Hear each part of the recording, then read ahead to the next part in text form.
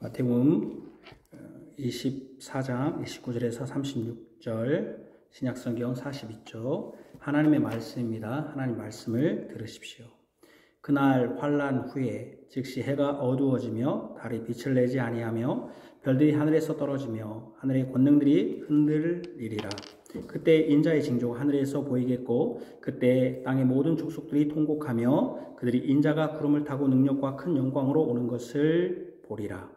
그가 큰 나팔 소리와 함께 천사들을 보내리니 그들이 그의 택한 자들을 하늘 이 끝에서 저 끝까지 사방에서 모으리라. 무화과 나무의 비유를 배우라. 그 가지가 연하여지고 잎사귀를 내면 여름이 가까운 줄을 아나니 이와 같이 너희도 이 모든 일을 보거든 인자가 가까이 곧 문 앞에 이른 줄 알라. 내가 진실로 너희에게 말하노니 이 세대가 지나가기 전에 이 일이 다 일어나리라. 천지는 없어질지언정 내 발은 없어지지 아니하리라. 그러나 그날과 그때는 아무도 모르나니 하늘의 천사들도 아들도 모르고 오직 아버지만 아시느니라. 아멘. 시편 찬송가 시편 96편 1절에서 3절입니다.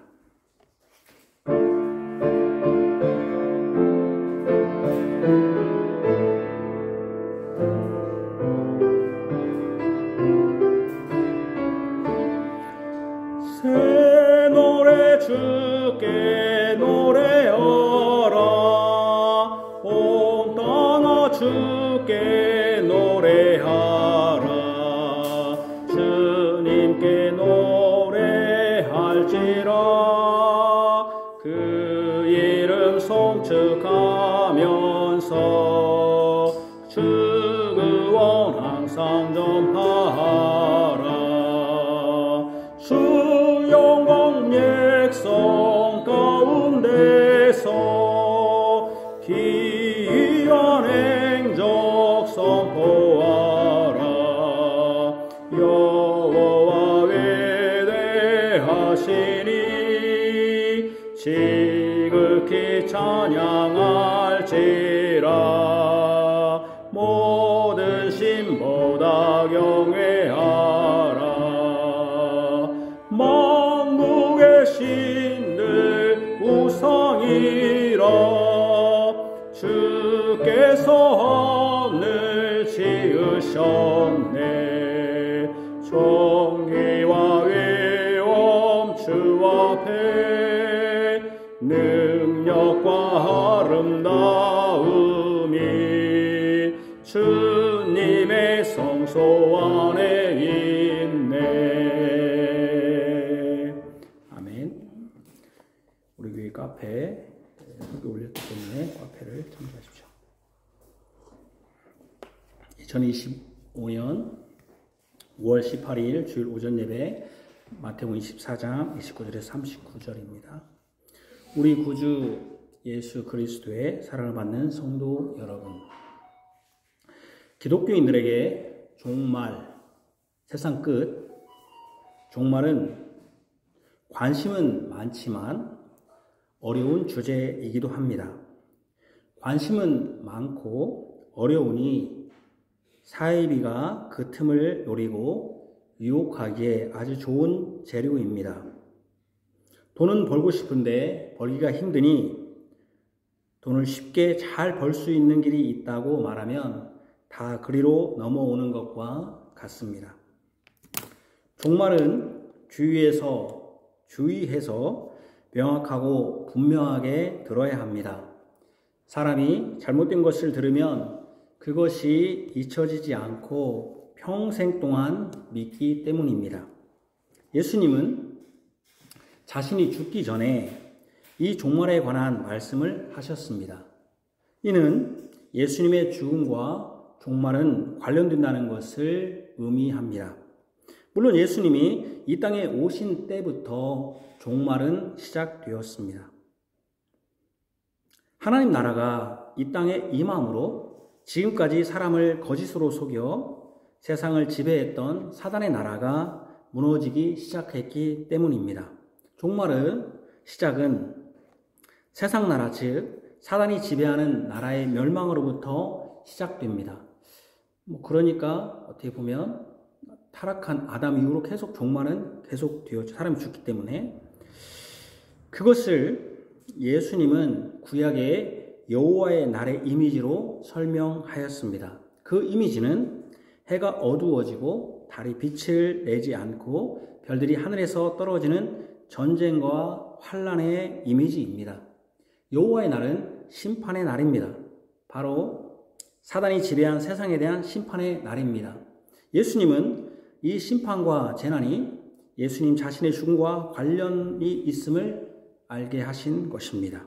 예수님의 죽음은 사단의 패배와 직접적으로 연관됩니다. 예수님의 죽음은 사단과의 전쟁에서 승리하는 D-Day입니다.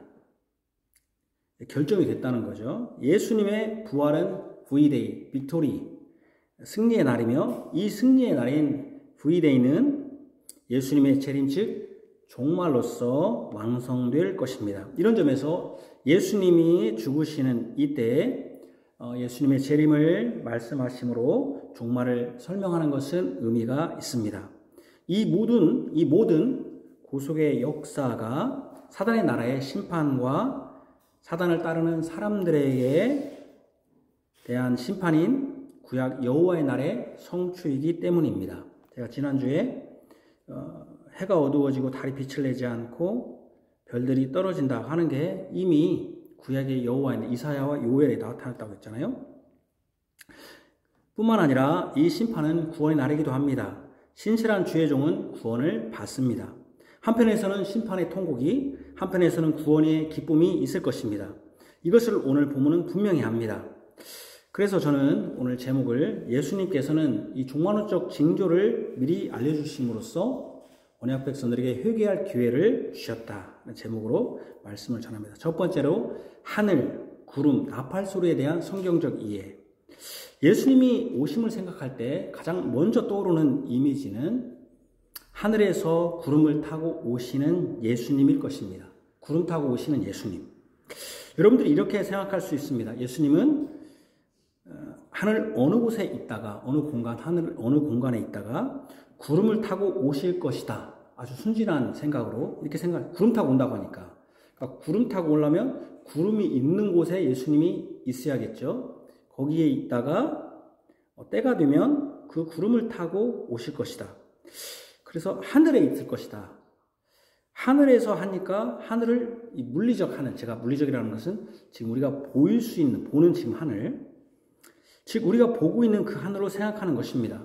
구름도 우리가 보고 있는 구름을 타고 온다고 생각합니다. 우리가 보는 이 구름. 그러니까 예수님이 이것이 맞고 그렇게 생각하면 또 이렇게 생각할 수도 있습니다. 예수님은 하늘과 구름이 있는 어디인가에 계시다가 온다는 것입니다. 그렇죠? 구름도 있어야 되고 하늘도 있어야 되니까 하늘에 있는 구름이 있는 하늘 어딘가에 있다가 오는 거구나. 하늘은 그렇다 치더라도 구름이 있는 이유는 공기가 있고 또 비를 내리기 위해서. 그러니까 구름이 어떻게 생깁니까, 여러분? 밑에 물이 이렇게 수증기가 올라가서 그게 구름이 생기지 않습니까? 보편적으로.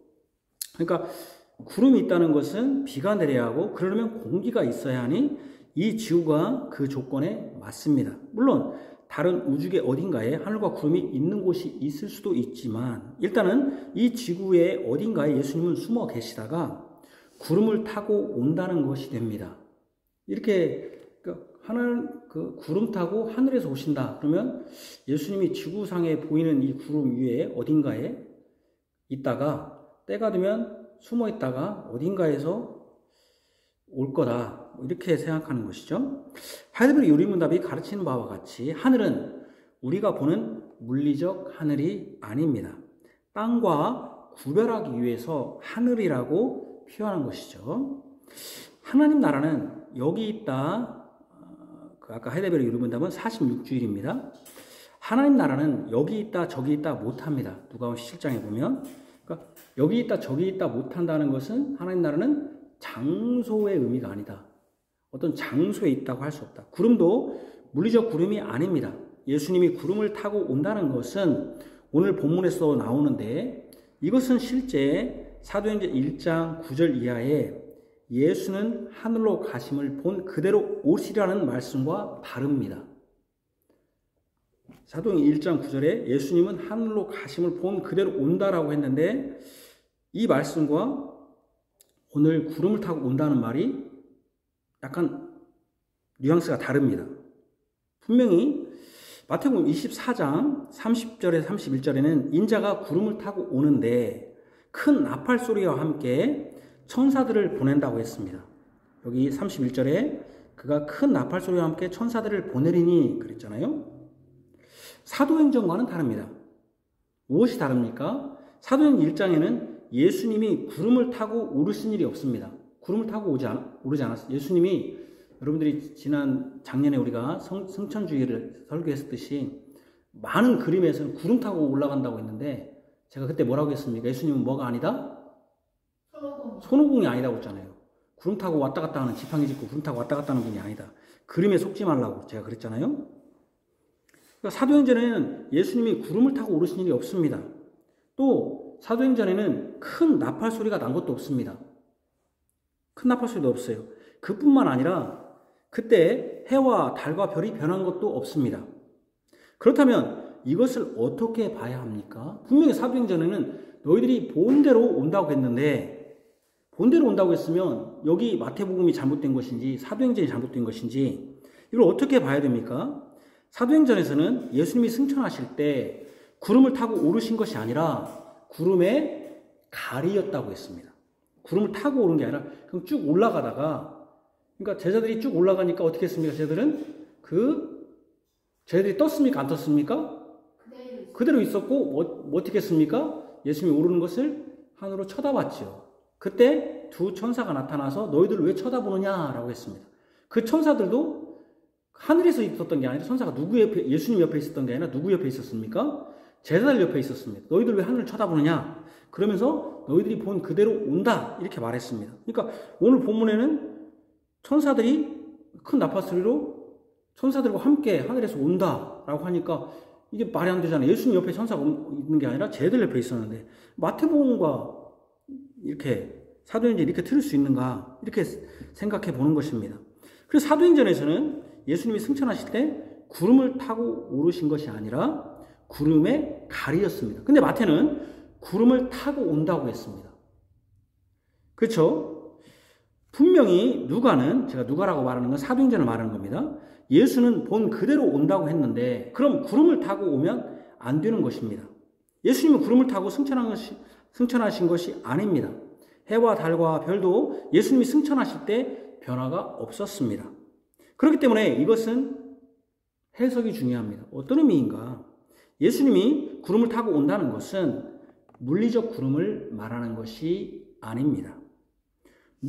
제가 누가라고 말하는 건 사도행전을 말하는 겁니다. 구름이 예수님을 가리었다고 한 것도 물리적 구름, 우리가 보고 있는 지금 여기 하늘에 있는 그 구름을 말하는 것이 아닙니다.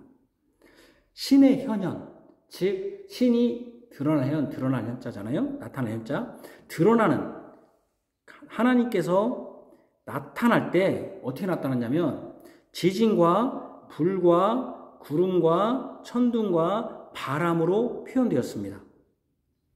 왜 그렇게 표현됐습니까? 하나님이 자기를 계시하고 드러내실 때, 비칠 때, 그때 뭐가 현상이 일어났냐면, 자연현상 중에 지진이 일어난다든지, 막 불이 번쩍인다든지, 구름이 막 온다든지, 천둥이 난다든지, 바람이 불었습니다. 왜 그렇겠습니까? 왜 그런 것 같습니까? 온 천지를 하나님이 다스리기 때문에. 조금 이따 봅시다. 그러므로 구름을 타고 온다는 것은 그러니까 하나님께서 나타날 때 나타났다는 사인, 그 징조로서 나타난 게 구약에서 보면 지진이 났다든지 불이 일어났다든지 구름이라든지 천둥이 쳤다든지 또는 홍수로 나타났다고도 하고 또 바람이 붑니다. 그러니까 구름을 타고 온다는 것은 구름을 탄다는 의미가 아닙니다. 이 일부적 구름을 말하는 게 아닙니다. 신의 현현, 하나님이 나타나셨다는 것을 보여주는 징조입니다. 이는 마치 우리가 과거에 드라마 전설의 고향을 보면 귀신이 나타날 때 갑자기 문이 휙 열린다든지 바람의 촛불이 갑자기 꺼진다든지 음악이 좀 무서워진다든지 조명이 어두워진다고 하면 귀신이 나타날 모양이군 하는 것과 유사합니다. 왜 그런 사인을 합니까? 하나님이 왜 지진으로 나타나냐면 하나님은 영이시기 때문에 보입니까? 안 보입니까? 안 보입니다. 안 보이는데 나타났다는 것을 무엇으로 보여줘야 하잖아요. 하나님은 영이시기 때문에 보이지 않습니다. 그렇기 때문에 뭘로 하는 거냐면은 시각적으로 또는 청각적으로 알려줄 필요가 있습니다. 그래서 청각적으로, 시각적으로 지진을 일으킨다든지 천둥을 빵 때린다든지 또는 뭡니까? 바람을 휙 분다든지. 왜냐면 하나님은 영이기 때문에 보이지 않아요. 그러면 하나님이 나타난 것도 어떻게 하냐? 사람들이 어떻게 분간해요? 그죠?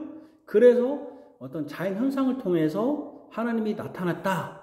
마치 우리가 전설의 고향에서 귀신 나타날 때 바람이 휙 불잖아요. 그러면 귀신 나타나는구나. 왜? 사실 거기서 귀신은 보이지만 귀신은 보이면 안 되거든요. 영이니까. 그러죠? 하나님도 영이시기 때문에 보이지 않습니다. 그렇기 때문에 하나님이 나타났다는 것을 시각적으로 또는 청각적으로 알려줄 필요가 있습니다.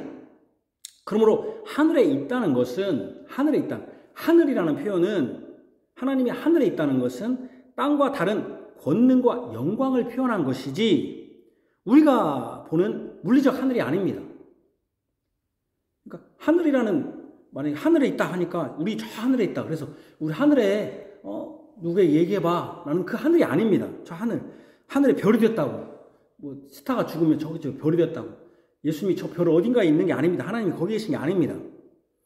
하늘이라고 하는 것은 땅과 다른 공간이잖아요. 이 당시에는 특히나 우리가 지금이야 비행기 타고 다니지만은 하늘은 사람은 도저히 갈 수 없는 범접하는 곳이잖아요. 그렇기 때문에 땅과 다른 그러니까 피조물과 다른 권능과 영광을 표현한 것이지 우리가 보는 물리적 하늘이 아닙니다. 하나님은 영이시고 무한하신 분이에요. 무한하신 분. 그렇기 때문에 이 하늘이라는 우리가 보고 있는 하늘이라는 한계 안에 가둘 수가 없어요. 만약에 그럼에도 하늘에 계시라고 표현한 것은 그잖아요. 하늘이 큽니까? 하나님이 큽니까? 하나님이 크잖아요. 근데 하늘에 있다 하면 하나님은 어디에 지금 포함되어 버린 거예요? 그러면 하늘이 커요? 하나님이 커요? 하늘이 커버리잖아요. 이게 아니란 말이에요. 이런 말이 아니란 말이에요. 그러니까 이 하늘은 저런 하늘이 아니에요. 그러니까 하나님은 영이시고 무한하신 분이기 때문에 이 하늘이나 한계 안에 가둘 수 없는 존재예요. 그럼에도 하늘에 계신 이라고 표현한 것은 사람이 범접할 수 없는, 가까이 할 수 없는 존재라는 의미로 하늘을 차용한 것 뿐이에요. 물리적 보이는 하늘이라고 생각하시면 하나님을 하늘이라는 한계에 가두어 버려서 하나님보다 뭐가 더 커버린 거예요? 하늘이 더 큰 것이 되는 것입니다. 구름도 하나님의 인재의 상징이에요. 아까 제가 했잖아요. 하나님은 왜 인재의 상징이 필요한 이유는 뭐 때문에 필요한 겁니까? 하나님이 영이시기 때문에 안 보이잖아요. 그러잖아요? 지금 하나님 여기 계신다는 걸 안 보이잖아요. 그러면 인재가 상징이 필요한 거죠. 여러분들이 잘못됐지만 성령님이 임했다는 걸 뭘로 지금 보려고 그래요? 안 보이잖아요, 성령이. 뭘로 보려고 그래요?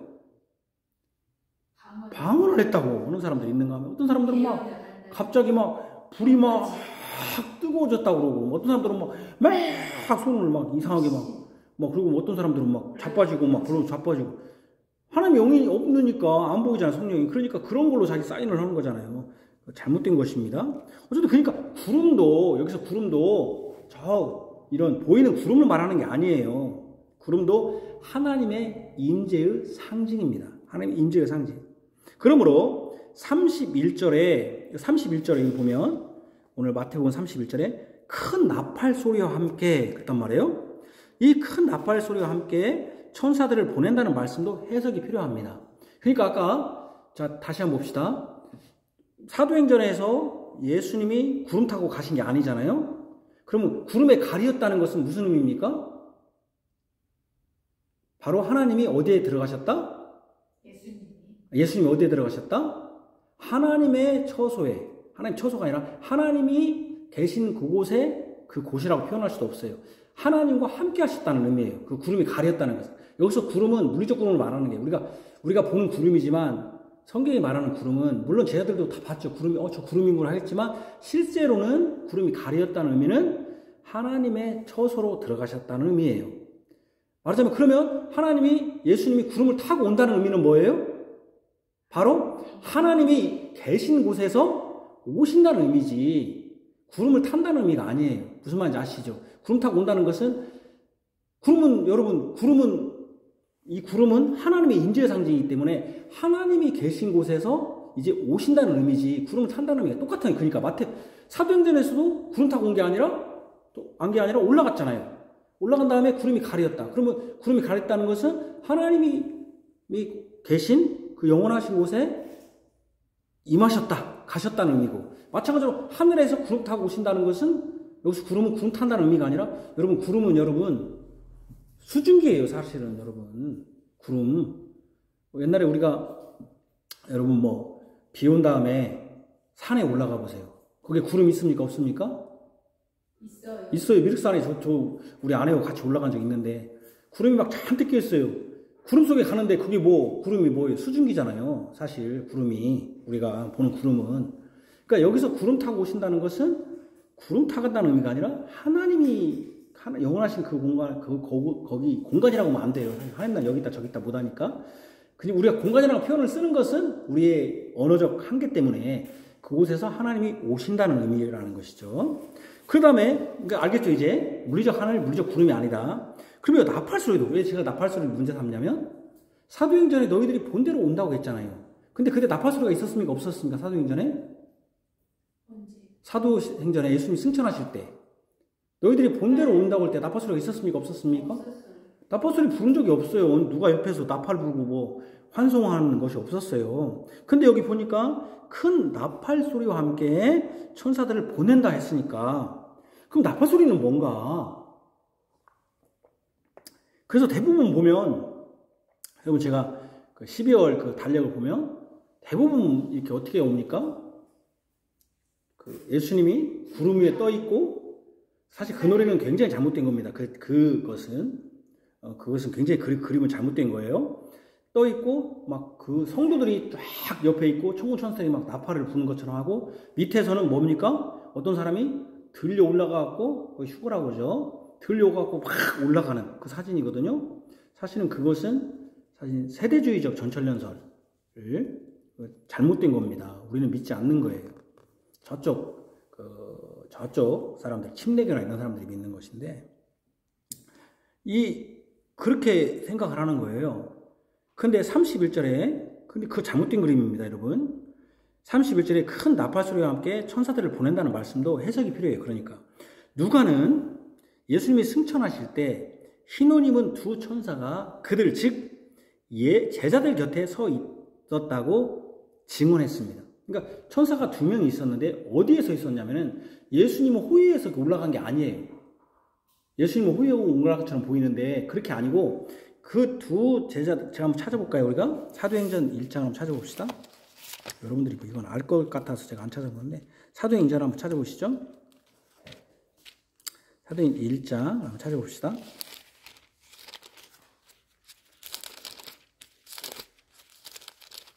사도행전 1장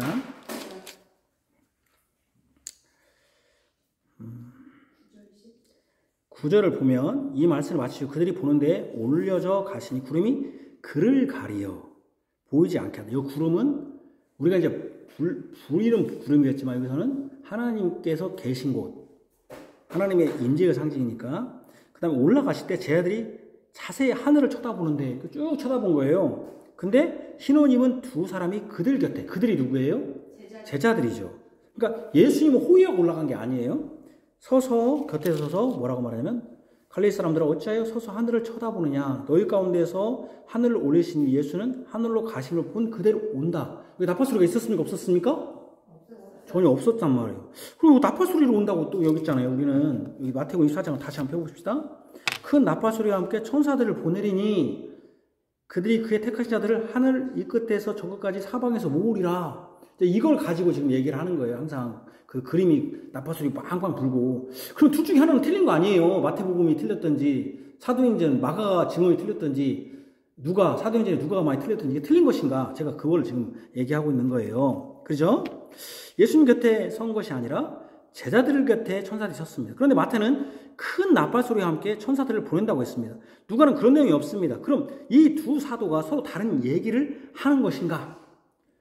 그죠? 그럼 다른 얘기를 하면 성경에 오류가 있는 것인가 하는 점입니다. 이런 점에서 이 부분도 해석이 필요합니다. 큰 나팔소리는 분명히 누군가를 부르는 소리입니다. 여러분들 민수기를 지금 읽고 있는데 맥체인으로 천사들이 이것도 부르는 소리죠. 그의 택하신 자들을 하늘 이 끝에서 저 끝까지 사막에서 모으는 도구로서 나팔소리가 사용되었습니다. 이는 구약의 나팔을 불 때, 구약성의 나팔을 불 때 이스라엘 백성이 나오거나 또 이스라엘 진영이 행진하거나 전쟁에 나서 대적을 치러 나갈 때도 나팔을 불어서 알렸습니다. 나팔의 기능이 누군가를 부르는 기능이었죠. 그뿐만 아니라 이스라엘에는 큰 절기 중에 나팔절이라는 게 있습니다. 나팔절. 이 절기는 새해 처음 7월 1일로 이스라엘 새해 7월 1일로 시작되는데 그달 7월 15일에 대속죄일을 준비하는 절기이기도 합니다. 나팔절은 그러니까 새로운 해의 시작을 알리는 절기이면서 대속죄일을 준비하도록 알리는 절기이며 또 그 위에 이어질 초막절은 수확하면서 초막을 지어가지고 수확하는 농산물의 수확을 알리는 절기입니다. 그러니까 나팔절이 어떤 거라고요? 나팔이 지금 구약성경에 보면 누군가를 불러요. 진영으로 나갈 것이 안 것인가. 또 진영의 대표자를 불러요. 전쟁에 나갈 것인가 안 나갈 사람, 대적들이 전쟁 나면 나팔을 불러요. 그런 의미가 있지만 또 하나 의미는 뭐가 있냐면 7월 2일 새해의 시작을 알리는 거예요. 무언가 새해의 첫 시작을 알리는 나팔 빵빵빵빵 부르는 거예요. 또 그날은 7월 15일 대속죄일을 준비하도록 바로 그 다음에 뭐가 있다? 그러니까 나팔절을 대속죄일과 같이 연결시켜요. 그 다음에 또 나팔절을 우리 초막절이라고 해요. 왜냐면 바로 그때부터 뭐가 시작되니까? 초막절이 시작되니까. 이러한 절기가 나팔절입니다. 그러니까 마태가 예수님의 말씀을 증언한 천사들이 큰 나팔소리와 함께 한다라고 한 것은 또 바울이 데살로니가 교회의 편지에서 밝힌 주께서 호령이라는 뜻이 뭡니까? 부를 호자잖아요. 부르는 명령과 천사장의 소리, 그러니까 뭔가 부르는 소리죠. 와 하나님의 나팔소리로. 그러니까 여기서 나팔은 어떤 의미로 쓰였습니까? 호령 천사장의 소리 하는 거 보니까 뭔가 부르는 소리입니다. 그죠? 부르고 뭔가 천사장의 소리는 뭔가 알리는 소리죠. 부르고 알리는 소리. 이게 딱 뭐예요? 민수기와 우리 아까 내가 나팔절과 딱 맞는 것이죠. 그러죠? 하나님의 나팔소리로 친히 하늘로부터 강림하시리니 할 때 공통적으로 여기 나팔소리가 나옵니다. 이는 분명히 구약의 나팔절을 생각하게 합니다. 새로운 해를 알리는 나팔절은 예수님이 오심이 새로운 시대, 새로운 세상이 열리는 것을 알리는 것으로 온전하게 됩니다. 그러니까 나팔절이 어떻게 온전하게 돼요? 나팔절이 예수님의 오심으로 말미암아 새로운 시대, 새로운 세상이 열린다. 이것을 알리는 것으로 온전하게 돼요. 뿐만 아니라 대속죄일을 준비하고 수확하는 초막절을 알리듯이 예수님께서 나팔절을 온전케 하시는 분으로서 그의 택하신 자들을 속죄하시고 아까 대속죄일이라고 했잖아요. 이때 대상만 들어갈 수 있는 날이거든요. 성소에. 택한 자들을 속죄하시고 그들을 부르신다는 것은 여러분 수확할 때 두 가지를 수확하죠. 어떻게 뭘 수확합니까? 하나는 알곡을 수확하게 되고 또 뭘 버리게 되는 겁니까? 쭉저기는 버리게 되는 거죠. 그러니까 그들을 속죄하시고 그들을 부르시고 여기서 부르신다는 것은 호령 수확하시고 또 그를 거부한 자를 수확해요. 쭉저기는 버리는 거잖아요. 뭐야? 불에 태우는 심판. 그러니까 여기 뭡니까? 제가 해가 어두워지고 빛이 이게 이사야 요엘에 나오는 여호와의 날. 이게 심판의 날이면서 무슨 날이다? 구원의 날이다. 이게 딱 맞는 것이죠. 그죠? 하시는 일을 하실 것임을 이 나팔절의 이미지를 사용해서 알려주시는 것. 그러니까 여기서 나팔 분다는 의미는 무슨 의미예요? 큰 소리 팍팍팍팍 분다는 의미가 아니에요. 여러분 오순절 때 오순절의 진정한 의미가 뭐였어요? 옛날에 오순절은 뭐라는 날이었어요? 오순절 때 맥주 감사주의라고 하잖아요. 맥주절이라고 하잖아요. 맥주절. 그죠? 그 맥주 오순절 때 6월절 지나 50일 뒤던 해 그때 첫 보리 수확을 해요. 그것을 감사해서 하나님께 예물을 드렸는데 그거를 맥주절이라고도 하고 그거를 오순절이라고 해요. 자, 근데 그것이 어떻게 성취되었습니까? 성령이 오심으로써. 그죠? 그러니까 맥주절이 그러니까 맥주절, 오순절이 원래는 보리 수확하는 철인데 사도행전에 성취되는 것은 보리 수확으로 성취된 게 아니에요. 전혀 다르게 성취됐어요. 뭘로 성취됐습니까? 바로 성령 강림으로 했단 말이에요. 그럼 이 나팔절도 나팔 분다고 하니까 나팔 불 때 뭐 한다고요? 새로운 해를 준비하고 새로운 해를 시작했다는 걸 알리고 뭡니까? 전쟁을 알려주는 거고 또는 뭡니까? 대속죄를 준비하고 초막절을 준비하는 거예요. 그러면 여기서 나팔 분다는 의미는 그 나팔이 아니에요. 나팔 분다고 예수님도 나팔 불고 뭐 얼마나 그럼 나팔 불고 크게 부려야 되는 거야? 전국적으로. 나팔 분다는 의미가 아니에요. 그런 의미가 아니단 말이에요. 그런 의미가. 여기서도 예수님께서 이 나팔 소리는, 그러니까 나팔의 의미는 뭡니까? 그의 택한 자들을 부르시고 그를 거부한 자들을 불태우시는 심판의 이미지로서 이 나팔절을 인용한 것이죠. 나팔절이 초막절과 연결되니까. 또 대속절과 연결되니까. 그래서 이 나팔 소리는 구약의 나팔절의 완성이라고 여기면 됩니다. 근데 지금도 우리 한국교회는 이 나팔절을 지금 그대로 지키고 있죠. 뭘로 지키고 있습니까? 나팔절을? 초막절은 뭘로 초막절이 아니에요. 오순절은 뭘로 지키고 있습니까?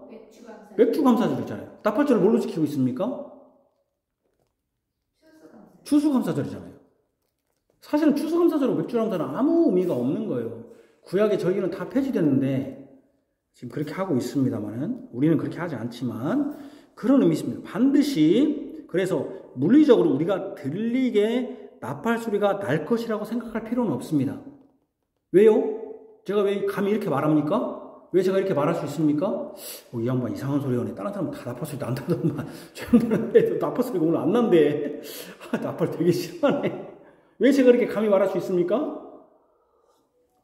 다른 목사님들은 다 나팔 소리 난다고 한 번 안 투만. 저 양반 나팔 소리가 안 난다네. 저 양반은 맨 돈만 아끼더만 나팔도 못 사는가 봐. 자기 돈으로 안 사고 예수님이 나팔 소리 낸다는데 왜 이렇게 이상한 소리 하는가 몰라. 제가 왜 그런 얘기를 하면 감히 말할 수 있습니까? 물리적으로 나팔 소리가 날 것이라고 생각할 필요가 없다는 거예요. 왜 제가 그렇게 말할 수 있습니까? 지금까지 설교 들었잖아요. 왜 그렇습니까? 누가라고 하면 무슨 행전을 말하는 거예요? 사도행전에서 나팔 소리가 들렸습니까? 안 들렸습니까? 그때 예수님이 뭐라고 했어요? 두 천사가 나타나서 뭐라고 했어요? 너희들이 본 그대로 온다고 했잖아요. 그럼 나팔 소리가 안 들렸잖아요. 그때 분명히. 그래서 제가 구름을 타고 온다는, 구름이라는 게 타고 온다는 의미가 아니라 구름은 하나님의 임재의 상징이라고 했잖아요. 똑같다고 했잖아요.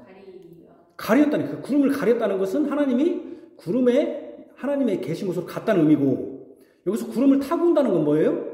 하나님이 계신 곳에서 내려오신다, 온다는 의미라, 탄다는 의미를 표현한 거고, 구름 탄다는 의미가 아니라, 예수님이 구름 타고 올라간 게 아니잖아요. 그러면 두 개가 맞이하잖아요. 왜 그러냐면 분명히 천사가 뭐라고 했어요? 천사가 거짓말한 게 아니잖아요.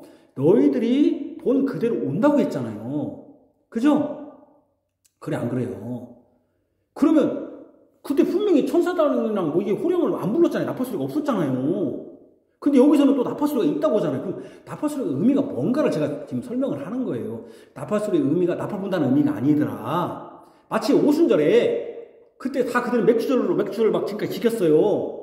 근데 맥주의 진정 의미는 뭐예요? 보리 따가지고 보리 식량 그 열매 하나님께 바치는 게 아니었다라는 거예요. 이게 뭐였다는 거예요? 전혀 관련 없이 성령 강림이었다는 거예요. 우리가 6월절이 우리는 맨날 짐승 잡아서 죽이고 하나님께 제사 지는 줄 알았더니 그건 아무 관련이 없다. 뭐였다는 거예요? 바로 예수님이 그가 친히 어린 양이 되어서 그분이 죽으시는 것이 유월절의 의미였다는 거예요. 전혀 다르잖아요, 완전히. 구약에서는 유월절 하면은 짐승 잡고 하나님께 드린 것이었는데, 맥주절은 뭐였어? 그러면 나팔절 다리 할 거 아니냐 말이에요. 나팔 부르는 날이 아니잖아요. 그죠? 나팔절이 그런 의미로, 어떤 의미? 바로 새 시대가 열린다. 또는 하나님의 백성을 호령 부르신다. 천사장들 부르신다. 또는 뭡니까? 수학하니까 수학할 때는 뭐가 있다? 알고가 축적이 있다. 여기까지 여기 있잖아요. 해와 달과 별, 이게 다 뭡니까? 여호와의 심판의 날이었다는 거예요. 심판하면은 심판받으면 다 심판합니까? 여러분 다 죽입니까? 아니잖아요. 도움한 사람도 있잖아요. 그런 의미라는 거예요. 그래서 제가 여기서 나팔 소리가 물리적으로 나팔 소리가 날 것이라고 생각할 필요는 없다는 거예요. 그런 의미에서. 왜? 누가가 분명히 너희들 본 대로 나팔 소리 안 들렸기 때문에. 그렇다고 해서 그러면 어떤 의미냐? 나팔 소리가 났다는 의미가 아니라 하나님이 새 시대를 알리는 의미로서 나팔이라는 개념. 바로 그것이 왜 그럼 이스라엘 백성이 그 얘기를 했겠습니까? 구약에 그 얘기가 있더라는 거예요. 나팔절이. 나팔절을 의미를 왜 나팔절 지켰는가 의미를 알아야 할 거 아니에요. 예수님 뭐 할 일 없어서 나팔 부른 게 한 게 아니잖아요. 그죠? 이제 아시겠죠? 무슨 의미인가? 이런 생각을 하지 않으니까, 그러니까 제가 말하는 물리적으로 우리가 들리게 나팔 소리가 날 것이라고 생각할 필요는 없어요. 이런 생각을 하지 않으니까 오순절이 성령의 강림으로 온전케 됐다는 것을 모르고 지금도 오순절 성령 강림을 지금도 추구하는 거예요. 그리고 지금도 나팔절을 지금도 추수감사절과 나팔절로는 아무 관련이 없습니다. 물론 미국인들이 여러분들이 추수하고 하나님께 감사하는 건 좋은 일이에요. 그죠? 우리가 추수하고 감사하잖아요. 여러분들이 항상 감사하는 게 있죠. 매달마다 감사해서 하나님께 추수해서 뭐예요? 11조잖아요. 여러분들이 하나님께 내가 감사합니다. 또는 여러분들이 한 달 살아가면서 감사합니다. 감사금도 드릴 수 있는 거잖아요. 그러다가 1년 전체로 보면서 하나님께서 또 올 한 해도 돌봐주셔서 감사합니다고 할 수는 있는 것이지만 나팔절의 의미는 아니라는 그런 의미는. 지금도 여전히 구약의 오순절이 계속되어야 한다고 생각하는 것입니다. 거기다 성령이 강림하실 때 불의 혀처럼 갈라지는 것이 그들에게 보였다고 하니까, 여기서 불의 혀처럼 하니까 지금도 성령이 오시면 불 받은 것이라고 뜨겁다고 하는 것입니다. 불의 혀는 하나님의 임재의 상징이라고 했죠. 제가 왜 임재의 상징이라고 합니까? 불이라고? 성령이 영이시니까 보여요? 안 보여요? 안 보이니까 뭔가 상의적으로 보여줬다고 해서 불을 한 거지. 그러니까 여러분들이 여기 봐봐요. 불 받았다고 하니까 성령은 뜨겁다 하니까 어떻게 해요, 사람들이? 뜨거워져요? 안 뜨거워져요? 사람이? 가만히 있어봐. 이명수님 춥잖아요, 지금. 오늘 온풍이 안 들으니까 춥잖아요. 여기 춥다고 하니까 우리가 뭐라고 해요? 야, 그럼 박수 칩시다. 막 쳐봐요. 이거 1000번 쳐봐요. 몸이 뜨거워요? 안 뜨거워요? 뜨겁네. 성령 받았네. 찬송 부르면서 막 부르니까. 이거 성령 받았다고 뜨겁다고. 아니란 말이에요, 여러분. 아시겠죠? 여기서 그러니까 불의 혀같이 제가 그래서 어떤 우리가 이제 그림에 불을 이렇게 그리기도 하고 그래요. 불의 혀는 하나님의 인재의 상징으로 쓰인 것인데 그것을 그대로 물리적으로 받는 것이죠. 성령은 요한복음에 보면 성령이 언제 임하는가 할 때 바람이 어디서 와서 어디로 가는지 알지 못하듯이 보이게 임하는 게 아니에요. 하나님은 영이시기 때문에. 그러니 임한 것을 나타내야 하잖아요. 그러니까 불이라는 또는 바람이라는 상징을 쓴 거예요. 제가 아까 알아듣기 쉽게 뭔 얘기했죠? 전설교양만 생각할 것 같은데 전설교양 나올 때 그냥 귀신 나올 때 그냥 확 나와봐요. 그럼 사람들이 하나 긴장이 없잖아요. 이게 뭐. 근데 사실은 귀신도 안 보여야 돼요. 영이니까. 근데 보이게 해야 되니까. 근데 그냥 나오면 재미없으니까 어떻게 해요? 갑자기 그냥 자고 있는데 그냥 갑자기 뭐예요? 그 여자들이 한이 맺혀갖고 여자들이 한이 맺혔는가 했다네. 그래가지고 신혼밤 어떤 사또가 자고 있는데 어떤 여자 취해갖고 자고 있는데 갑자기 막 문이 그냥 확 열리잖아요. 그러면 사람들이 이거 귀신 나타났네. 그래서 바람이 갑자기 불이 그냥 확 꺼져버리잖아요. 그죠? 알잖아요. 오늘 집에 가면 그 생각만 하겠네. 또 그렇게 하지 마시고. 그러니까 성령은 영이시기 때문에 안 보이니까 상징으로 보이죠. 그래서 아까 제가 말한 것처럼 임한다는 의미로서 불이나 바람의 상징을 썼다는 거예요. 나팔 소리도 나팔절을 연상하게 하고 그럼으로써 나팔절에 이어지는 하나님의 그 대속죄의 구원과 또 초막절로 이어지는 심판이라고 하는 하나님의 마지막 수확이라는 것. 그리고 또 하나는 나팔절이 새해 첫날이기 때문에 새로운 날의 시작이라는 것, 새로운 시대의 시작이라는 것을 상징적으로 보여주기 위해서 나팔절에 나팔 소리를 차용했다는 거예요. 그래서 실제로 통곡, 왜 통곡해요? 나팔절에 수확을 하니까, 심판하니까. 그래서 제가 해와 달과 이것도 어떤 이미지다? 구약의 이사야서와 요엘서의 심판, 전쟁의 이미지. 그때 전쟁하면 누군가는 죽고 누군가는 살잖아요. 이걸 차용했다는 거예요. 근데 그걸 모르고 그냥 문자 그대로 보니까 이상해지는 거예요, 이게. 문자 그대로 보면 이상해지는 거예요. 그러니까 제가 666 하면서 666이 왜 666이다? 777이 온전한 수니까 가장 가까운 수다. 그래서 제가 그걸 쉽게 하기 위해서 뭐라고 했습니까? 귀신들은 어디서 떠돈다? 9천. 왜 9천이라고 했을까요? 천당이잖아. 천하고 9 가깝잖아. 우리는 하나님 나라 천당이라고 하잖아. 천당. 예를 들면 천국. 근데 왜 9천이라고 하냐면 9자하고 천하고 비슷하잖아요. 9 다음에 천이잖아요. 그죠? 이렇게 이제 야리꾸리하게 만들어놨단 말이에요. 왜? 사단은 거짓말을. 여러분, 속이는 사람들은 최대한 진짜하고 같게 해야 돼요? 다르게 해야 돼요? 비슷하게 해야죠. 제가 이명성도 오고 우리 아내 오고 우리 아내가 누구냐 골라보면 제가 속아요? 안 속아요? 정훈이하고 찬호하고 딱 둘이서 우리 아들이 한번 분간해보세요. 그러면 정훈아 제가 분간해놓으면 안냐?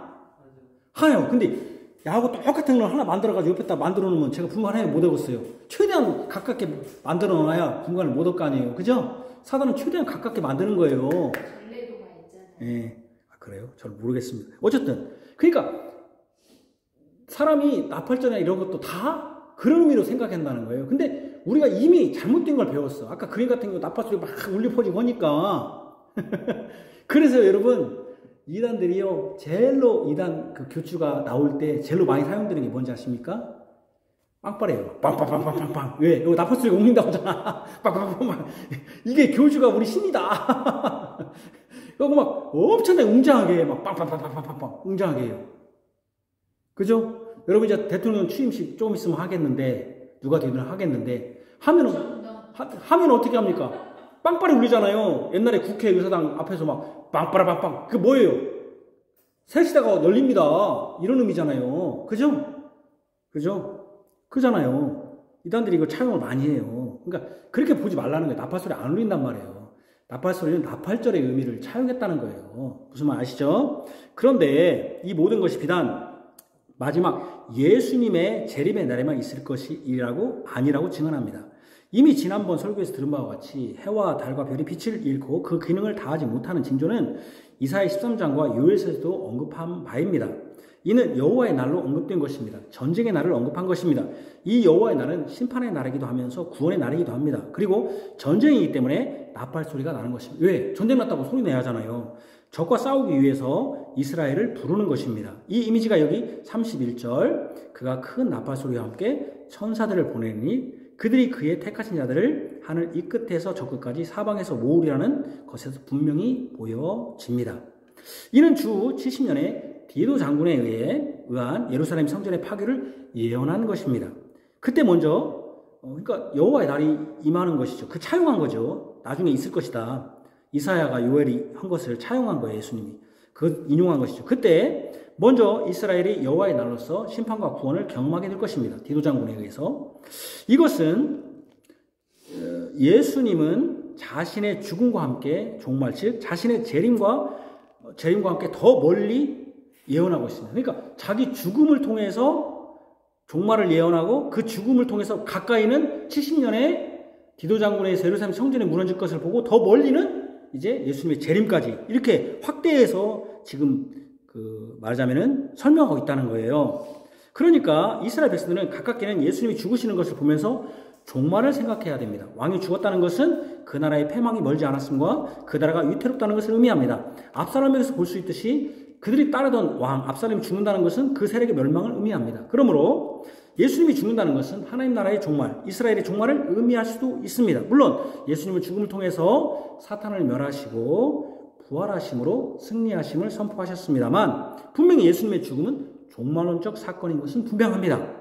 죽다는 것은 종말이잖아요. 나아가 곧 있을 예루살렘 성전의 멸망은 이스라엘 백성들에게는 여호와의 날로서 심판의 날입니다. 왜? 성전은 누가 임재하시는 곳입니까? 하나님이 있는데 하나님 그 성전이 파괴됐다는 것은 어떤 심판의 날입니다. 그러나 이사야가 예언한 대로 구루터기는 남겨져 있어서 그 가운데서 구원받을 자가 있을 것입니다. 예수님의 죽음과 그 후에 있을 예루살렘 성전의 파괴는 다 심판과 구원이라는 여호와의 날을 잘 드러냅니다. 심판의 날이잖아요. 사실은 여러분 우리가 예수님이 죽으셨다는 것을 우리가 구원으로 먼저 보지만 사실은 예수님이 죽으신 것은 심판입니까? 구원입니까? 죄에 대한 심판이거든요. 예수님이 죽으셨다는 것은 심판을 먼저 보여야 되는 것이거든요. 그리고 예수님이 부활하심으로써 승리하심으로써 구원하시는 것이죠. 그러니까 예수님의 죽으심이 따지고 보면 여호와의 날의 심판의 이미지죠. 이사야서와 요엘서에 나오는. 이는 앞으로 있을 예수님의 재림에서 온전히 이루어질 심판과 구원을 미리 보여줍니다. 이런 점에서 제가 항상 종말론도 이미와 아직 아니, 영어가 안 되지만 already but not yet, 이미와 그리고 아직 아니, 또는 but 아직 아니, not yet, 아직 아니다 이거죠. 이미 이루어졌다는 것이죠. 종말은. 그러나 아직 완전히 이루어지지 않았다. 이 세대의 두 번째 예수님의 죽으심과 예루살렘 성전의 파괴로 이 모든 징조가 나타난다. 이런 점에서 예수님은 이 세대에 일어난다는 거예요. 무화과나무의 비유를 말씀하신 것입니다. 여기 무화과나무의 비유를 배우라. 그 가지가 연하여지고 잎사귀를 내면 여름이 가까운 줄 아나니 그랬잖아요. 무화과나무의 가지가 연하여지고 잎사귀를 내면 여름이 가까운 줄 사람들은 압니다. 그런데 이 무화과나무는 한 번만 잎사귀를 내는 것이 아닙니다. 무화과나무는 한 번만 잎사귀를 내는 것이 아니죠. 무화과나무의 잎이 맺히는 것은 해마다 반복되지 딱 한 번 잎사귀를 내는 것이 아닙니다. 딱 한 번 된다면은 여러분 종말을 알까요? 모를까요?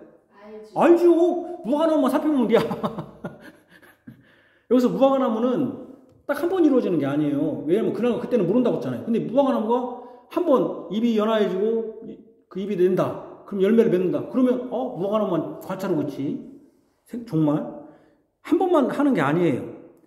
이 종말의 징조도 마찬가지입니다. 예수님이 오실 그 순간에 딱 한 번만 있는 사건이 아니에요. 그때만 이런 일이 벌어지는 게 아니에요. 무화과나무가 매년 잎사귀를 내듯 이 징조는 예수님 오실 때까지 계속될 것입니다. 그러나 무화과나무의 비유를 든 것은 잎을 내면 여름이 가까웠다는 것, 바로 수확할 때가 왔다는 의미입니다. 여름에 수확하니까. 무화과는 여름에 수확하기 때문에 분명히 마지막 심판과 구원이라는 수확의 때가 온다는 것을 무화과나무는 알려줍니다. 무화과나무뿐입니까? 우리는 이 종말이 온다는 것을 무화과뿐만 아니라 알 수 있습니다. 사람이 태어나서 죽는 것을 매번 봅니다. 해마다 봐요. 매번 그때 우리는 언젠가 종말이 온다는 걸 깨닫습니다. 악인들이 심판받는 것을 보면서 분명히 예수님이 재림하시는 날에는 온전한 심판이 있을 것을 봅니다. 지금도 주님의 성령께서 그의 택하신 자들을 하늘 이 끝에서 저 끝까지 사방에서 모으시는 구원의 일을 봅니다. 이게 다 종말의 사건인 거죠. 구원과 심판이 계속 이루어지니까 주님의 교회로 주님의 백성을 부르셔서 구원하시는 일을 봅니다. 이 모든 것은 무화과나무가 한 번 잎사귀를 내는 것이 아니라 해마다 내듯이 지금 종말을 알리는 것으로서 계속 일어나고 있습니다. 지금 여전히 지진과 전쟁의 소식이 있습니다. 사랑이 식어졌다는 소식이 들립니다. 거짓 선생들의 미혹된 가르침을 듣습니다. 이미 우리는 이 종말론적 징조들, 사건들을 계속 접하고 있습니다. 이때 이렇게 접하고 있으니까 어떤 생각이 들겠습니까?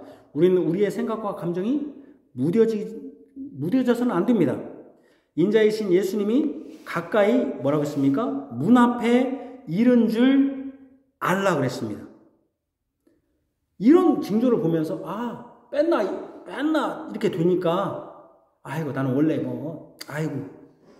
원래 나 병들었어. 원래 이런 일이 있었지 해마다 있는데 하면서 무뎌지면 안 돼요. 오히려 뭘 깨달으냐? 인자이신 예수님이 가까이 문 앞에 이르렀구나를 깨달아야 합니다. 이 말씀을 직접 들은 이스라엘 백성들은 예수님이 죽으시는 것부터 시작해서 승천하신 후에 주 70년에 예루살렘이 성전이 무너지는 전쟁을 보면서 이 사건을 통해서 예수님이 가까이 문 앞에 있다는 것을 인식할 것입니다. 예수님은 이미 자신이 하늘에 오르신 후부터 예수님의 재림을 인식하도록 하신 것입니다. 어떤 사람들은 이런 말이 있어요. 예수님이 이스라엘 백성들에게 바로 오지도 않을 거면서 마치 바로 올 듯이 거짓말을 했다는 분도 있습니다. 아니 오지도 않으면 지금 그때와 이거 종말적 사건이라는데, 그러나 예수님을 거짓말하신 것이 아닙니다. 예수님은 여기 뭐라고 했었냐면은 34절에 내가 진실로 너에게 진실로 추러스 진리로 그 말입니다. 이 세대가 지나가기 전에 이 일이 다 일어나리라. 아니, 이 세대가 지나가니 이 일이 다 일어난다? 우리 시대 때도 안 일어났는데 지금? 이렇게 말하는 사람도 있다는 거예요. 예수님이 거짓말했다는 거예요. 예수님은 진실로 너희에게 근데 말한다고 말씀했습니다. 진실로는 것이 없는 것입니다. 우리는 이 사건을 예수님의 재림에만, 그러니까 오지 않은 재림에만 적용하려고 합니다. 하지만 예수님은 이 세대, 즉 이 말씀을 듣는 예수님과 같이 숨쉬고 살았던 그 세대 사람들이 이 모든 일을 볼 것이고 이 일이 다 일어나리라고 하셨습니다. 진실로 이 일은 이미 예수님이 돌아가실 때 일어납니다. 예수님이 돌아가시는 날이 무슨 날입니까? 여호와의 날, 심판의 날이기도 합니다. 그리고 또 구원의 날이기도 합니다. 하나님께서 죄에 대해서 심판하시는 날이요, 사단에 대해서 심판하시는 날이기도 합니다. 그가 속한 자를 또 사방에서 부르시는 날이기도 합니다. 그를 믿는 자는 구원을 받습니다. 예수님이 죽으실 때 여자의 후손과 뱀의 후손이 큰 전쟁을 벌였습니다. 뱀의 후손은 여자의 후손의 발꿈치를 쳤습니다. 여자의 후손은 뱀의 후손의 머리를 쳤습니다. 여자의 후손은 예수님이고 뱀의 후손은 사탄입니다. 예수님과 사탄이 전쟁을 벌인 것이죠. 예수님이 죽으실 때 어떤 일이 벌어졌습니까? 여러분 생각해 보십시오. 그때 뭐가 일어났습니까? 지진이 일어났습니다. 지진이 꽝 일어났어요. 예수님이 죽으실 때 또 하나님에 대한 사랑이 다 사라졌습니다. 불법이 이긴 것이죠. 왜? 거짓이. 참 진리이시고 참 법이신 예수님을 불법이 삼켰습니다. 하나님에 대한 사랑이 아니라 거짓이 예수님을 죽임으로써 잠시 승리했습니다. 예수님을 죽이는데 거짓 증인을 세워 거짓으로 진리를 막았습니다. 예수님은 제가 아까 세 가지가 나타난다고 했잖아요. 뭐 전쟁, 지진, 소치가 나타난다. 전쟁이 일어났잖아요. 사탄과 예수님 사이. 지진이 벌어졌잖아요. 또 뭡니까? 거짓, 사랑이 식었잖아요. 예수님에 대한 사랑이 없잖아요. 율법은 예수님과 하나님 사랑인데 예수님이 가난한 자로서 오셨는데 자기를 비워 가난하게 되셨는데 가난한 자를 사랑하지 않아요. 하나님께서 예수님을 사랑하지 않았잖아요. 불법이 성했잖아요. 거짓이 이겼잖아요. 다 이렇게 거짓 선지자들이 거짓이 이겼잖아요. 그죠? 예수님은 그를 찌르는 자들이 보는 데서 구름을 타고 하나님께로 오셨습니다. 승천하셨다는 것이죠. 계시록 1장 7절. 마태복음 24장 30절에 인자가 구름을 타고 능력과 큰 영으로 오는 것을 보는 것이 승천에도 적용됩니다. 뿐만 아니라 예수님께서는 약속하신 성령 하나님을 보내심으로 이스라엘뿐만 아니라 하늘 이 끝에서 저 끝까지 사방에서 그의 택하신 자들을 교회로 모으십니다. 제가 왜 이 얘기합니까? 지금 여기 뭐라고 했어요? 이와 같이 너희가 이 모든 것을 보거든 그랬잖아요. 이 모든 것. 그리고 이 세대가 지나가기 전에 다 일어난다. 진짜 일어났다는 거예요. 예수님이 죽으실 때 사단과 전쟁이 일어났고 지진이 일어났고 불법이 성해서 거짓이 이겼고 또 뭡니까? 거짓 선자들이 일어났고 거짓이 일어났잖아요. 또 사랑이 식어졌잖아요. 그렇잖아요. 실제로 그 세대 다 일어났다는 거예요. 그리고 사방에서 성령이 오셔서 그 세대 사람들이 택하심을 받는 교회로 모으셨잖아요. 이것은 모두 예수님의 죽으심으로 시작된 종말론적 사건이며 징조입니다. 이 예수님의 이 종말론적 사건의 징조는 여기서 멈추지도 않습니다. 예수님은 예루살렘 성전에 들어오신 후 일관되게 이 성전이 무너질 것이라고 일관되게 말씀하셨어요. 이런 예루살렘이 성전이 무너지는 것이 종말론적 사건과 관련된다는 것을 말씀하시는 것입니다. 그것도 예수님의 죽음과 예루살렘의 성전의 무너짐을 같은 종말론적 사건으로 연결시키고 있어요. 그러니까 예수님의 예루살렘의 성전을 무너뜨리는 전쟁이 있을 것과 그 예루살렘의 성전의 무너짐은 멸망에 가증한 것이 거룩한 곳에 서는 것과 연결됩니다. 여기 제가 마태복음 24장에 보면은 멸망에 가증한 것이 15절에 24장 너희가 선지자 다니엘이 말한 바 멸망에 가증한 것이 거룩한 곳에 선 것을 보거든. 바로 디도 장군이 무너뜨림으로써 예루살렘 성전에 멸망에 가증한 것이 서게 되는 것이죠. 그때 언제 일어납니까 이게? 지금 너희들이 이 세대, 그러니까 지금 이것을 종말론적만 사건만 보는데 실제로 그때 일어난다는 거예요. 그때 제가 얘기했잖아요. 종말론은 올레디 난 예시라고. 이미 너희들 이때 일어난다. 바로 예수님이 죽으심으로써 너희들 볼 것이다.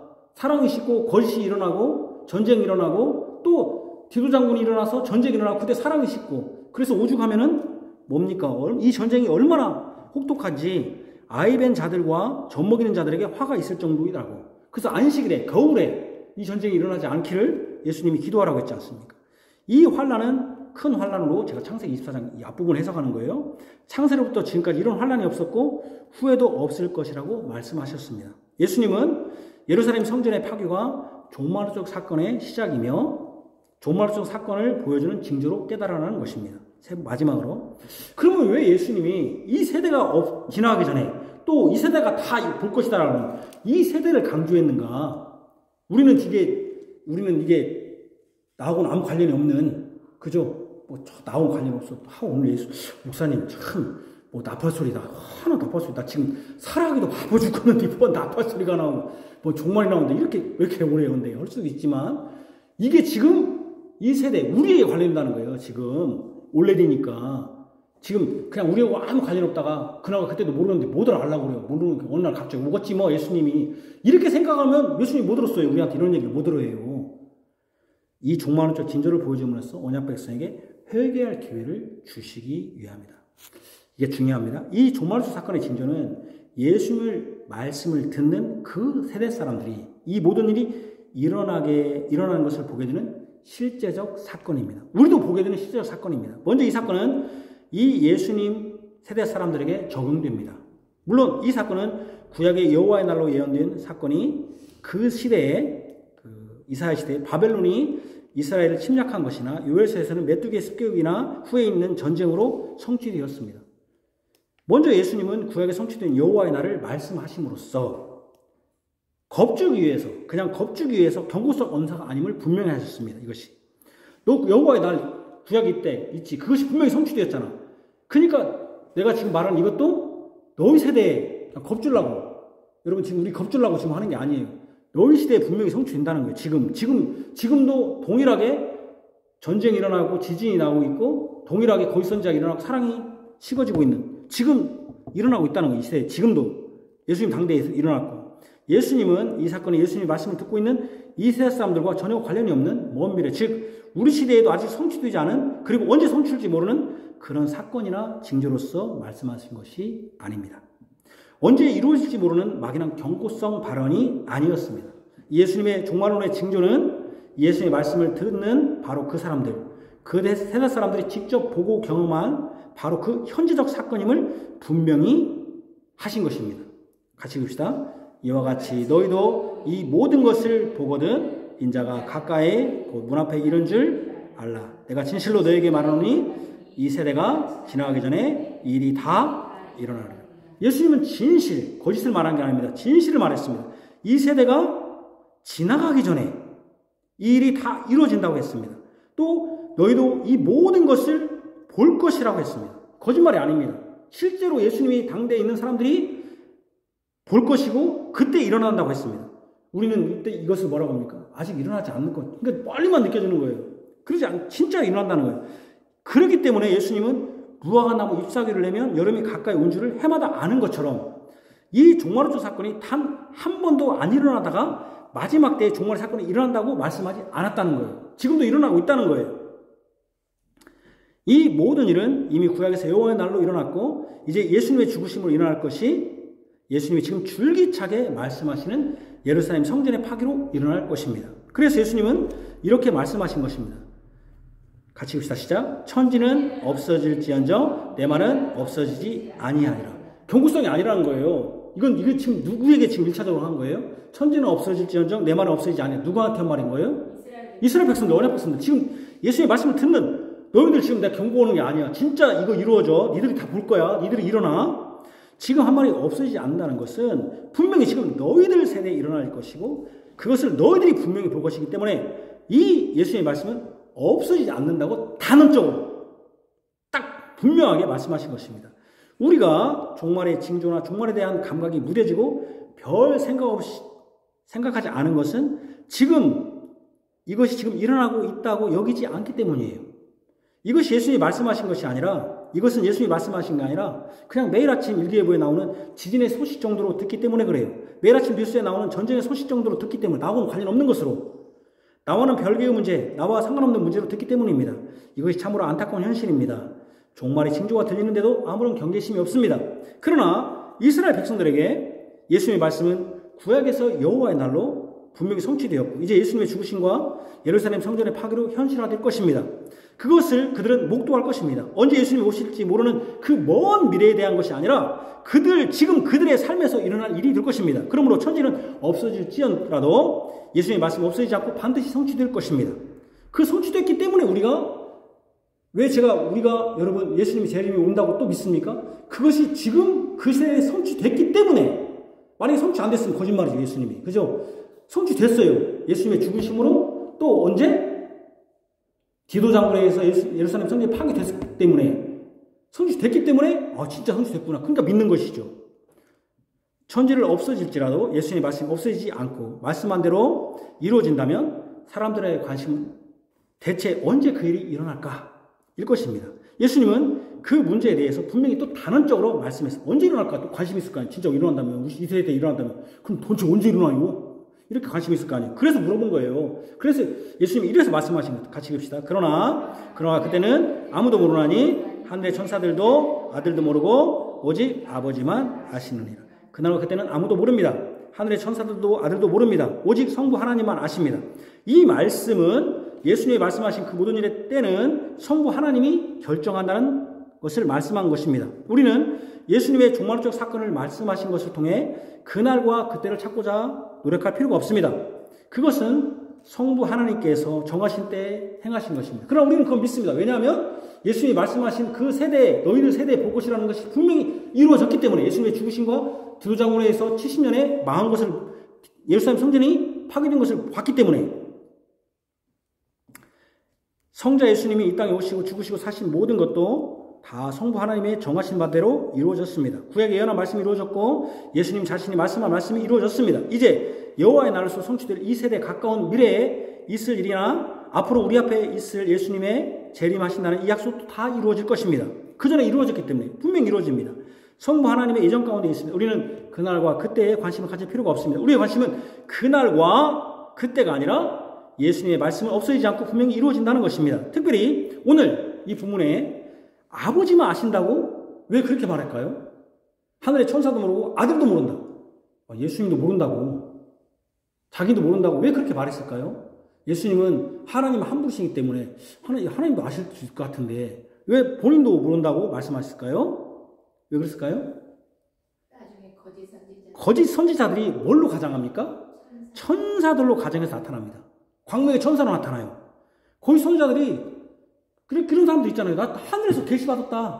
나 하늘에서 알려줬다는 사람도 있잖아요. 언제 그랬어요? 우리가 경험했잖아요.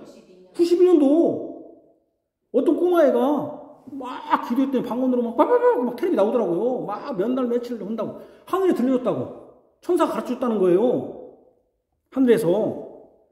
그러니까 거짓 선지자들이 천사인 것처럼 거짓 선지자들이 천사로, 천사라는 것, 천사도 모른다는 의미는 그 천사라기보다는 여기 천사라고 본다는 것은 거짓 선자들을 말하는 것입니다. 거짓 선자들이 광명의 천사라고 가정합니다. 뿐만 아니라 어떤 사람들은 꿈이나 이상으로 또는 꿈속에서 천사들을 통해서 들었다는 자들이 있을 수 있습니다. 거기다 적그리스도가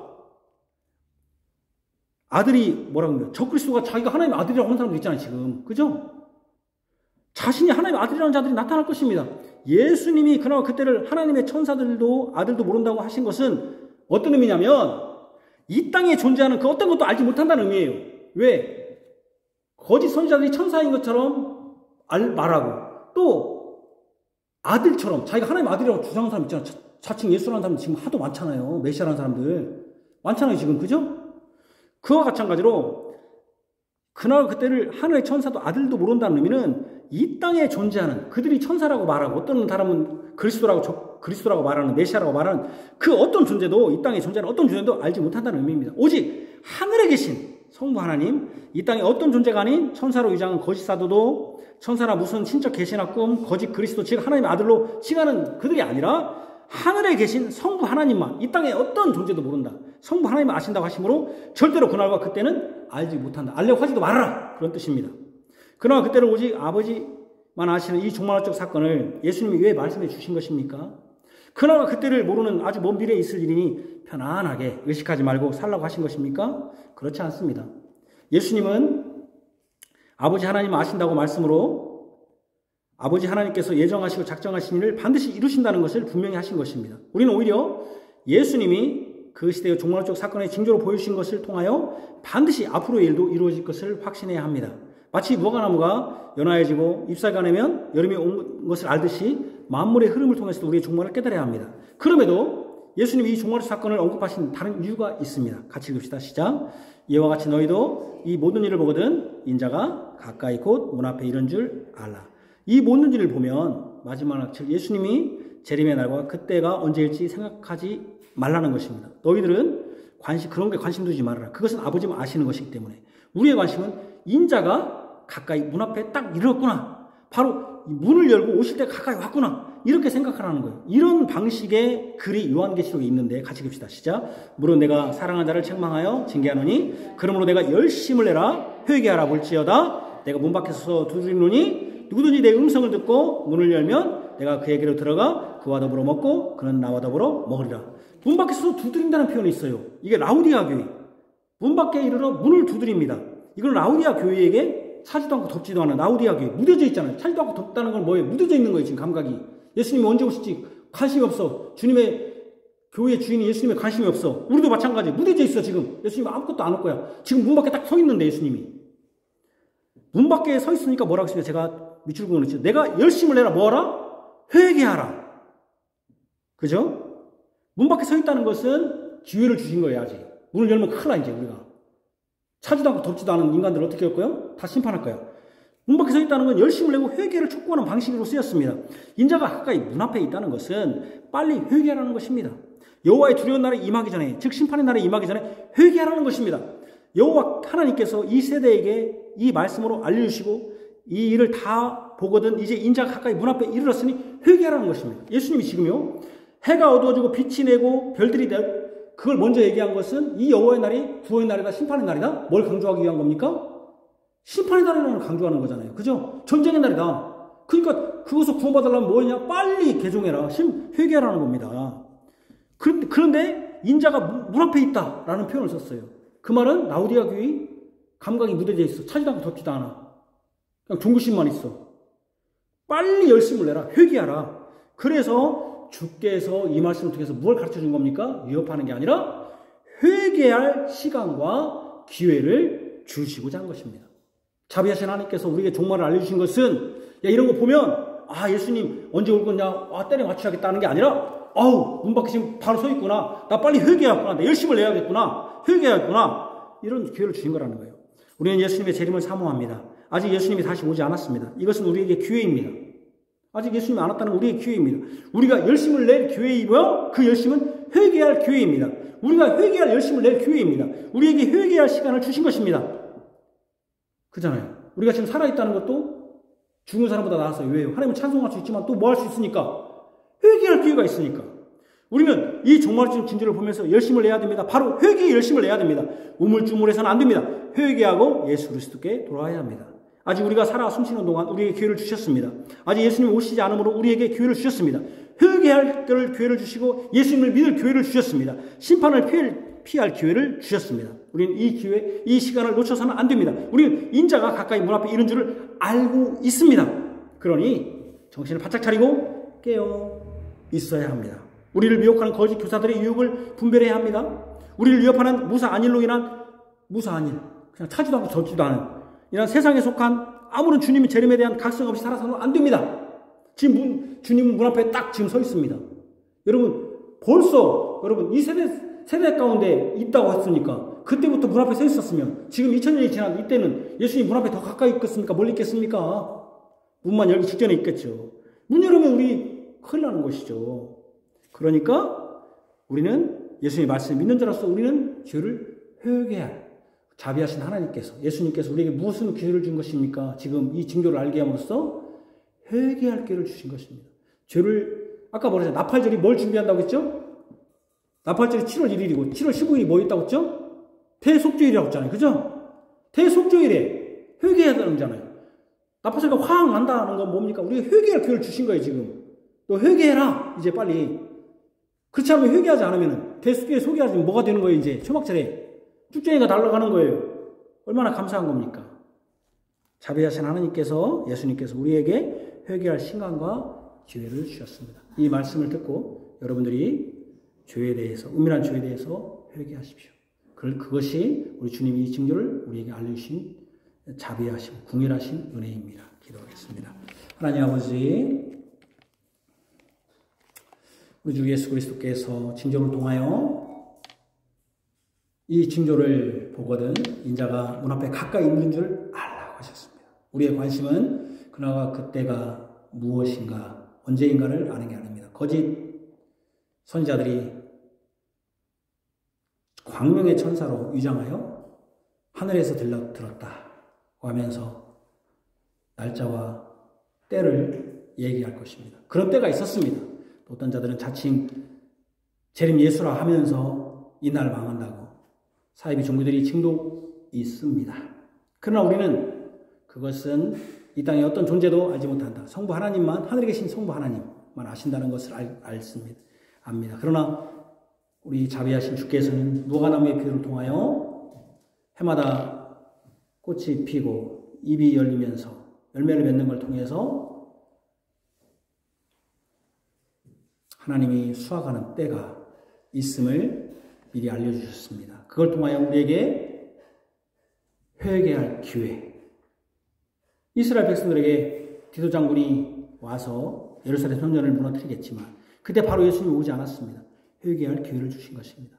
우리도 마찬가지입니다. 지금도 거짓 선지자들이 일어나고 지진과 전쟁의 소식이 일어나고 지금도 사랑이 식어가고 있습니다. 이것을 통해서 우리가 하늘만 쳐다보고 야, 저 하늘 보니까 오늘은 구름 이상하네. 저 구름 속에 예수님 오실까? 그럼 내 관심 가질 것이 아니라 내 마음에 속사람, 내 영혼에 그 죄를 관심 가져야 합니다. 내 죄를 회개해야 됩니다. 하나님의 불순종하고 하나님을 사랑하지 않은 것, 하나님께 열심내지 않은 것을 라우디게아 교회처럼 차지도 덥지도 않은 무뎌진 이것도 아니고 저것도 아닌 이런 신앙이 아니라 열심을 내야 될 줄, 특별히 회개의 열심을 내야 될 줄로 나옵니다. 이 주신 우리의 이 시간의 기회를 헛되하지 않도록 주님, 자비하신 주님을 의지하게 하여 주옵소서. 예수님 이름으로 기도합니다. 아멘.